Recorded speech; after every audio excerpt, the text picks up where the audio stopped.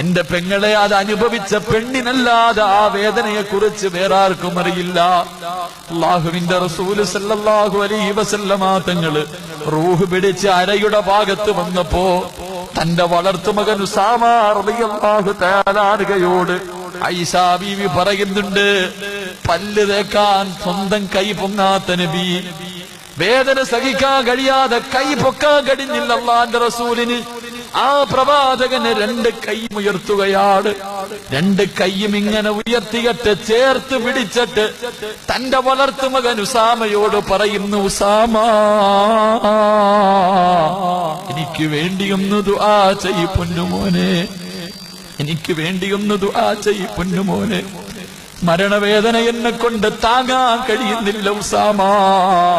അല്ലാഹു എന്നോട് കരുണ കാണിക്കാൻ, അല്ലാഹു എന്നോടൊന്ന് കരുണ കാണിക്കാൻ ഒന്ന് ദുആ ചെയ്യൂ ഉസാമ.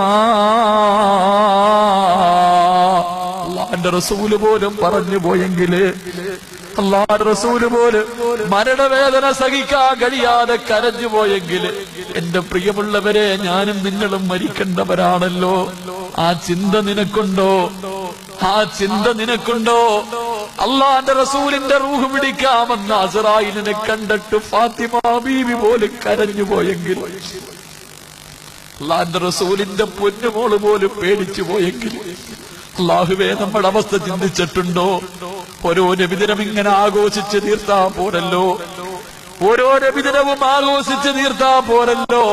അല്ലാഹുവിന്റെ റസൂല് പോലും മരണവേദന സഹിക്കാൻ കഴിയാതെ കരഞ്ഞു ദുആ ചെയ്യാൻ പറഞ്ഞെങ്കിൽ, എന്റെ പ്രിയമുള്ള പെങ്ങളെ, പ്രസവവേദന അറിഞ്ഞ നിനക്ക് എങ്ങനെയാ പെണ്ണ് ടിവിയുടെ പെണ്ണിൽ നിന്ന് നിസ്കാരം കളയാക്കാൻ പറ്റുന്നത്?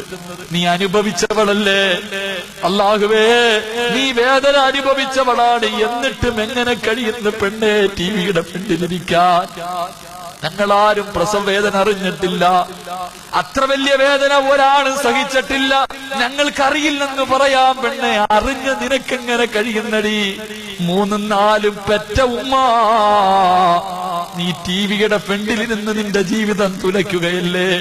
അല്ലാഹുവിന്റെ റസൂല് പറഞ്ഞു, 60 വയസ്സായിട്ട് ഒരു മനുഷ്യൻ നന്നായില്ലെങ്കിൽ പിന്നെ അവനെ നന്നാക്കില്ലെന്ന് നബിയുനാ റസൂലുള്ളാഹി. അല്ലാഹുവിന്റെ റസൂല് പറയുകയാ, വയസ്സ് കുറേയായി, പ്രായം കുറേയായി.